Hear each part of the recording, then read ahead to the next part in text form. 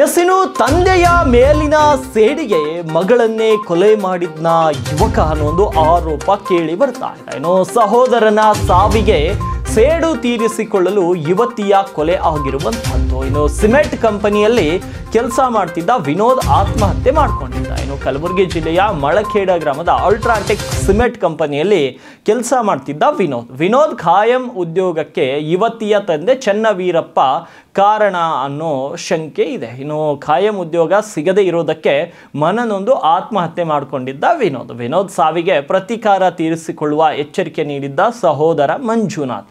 ಚೆನ್ನವೀರಪ್ಪ ಪುತ್ರಿಯರು ವಾಕಿಂಗ್ ತೆರಳಿದ ವೇಳೆ ವಿನೋದ್ ಸಹೋದರ ಮಂಜುನಾಥ್ ಎಂಟ್ರಿ ಕೊಟ್ಟಿದ್ದ. ಇದೀಗ ಮಂಜುನಾಥ್ ಭಾಗ್ಯಶ್ರೀಯನ್ನೇ ಕೊಲೆ ಮಾಡಿರುವ ಶಂಕೆ ವ್ಯಕ್ತವಾಗ್ತಾ ಇದೆ. ಭಾಗ್ಯಶ್ರೀ ವಾಕಿಂಗ್ ಮಾಡುತ್ತಿರುವ ಕೊನೆ ಕ್ಷಣದ ವಿಡಿಯೋ ಈಗ CCTV ಕ್ಯಾಮೆರಾದಲ್ಲಿ ಸೆರೆಯಾಗಿದೆ. ಇನ್ನು ಸದ್ಯ ಮಂಜುನಾಥ್ನ ವಶಕ್ಕೆ ಪಡೆದು ವಿಚಾರಣೆ ನಡೆಸುತ್ತಿದ್ದಾರೆ ಪೊಲೀಸರು.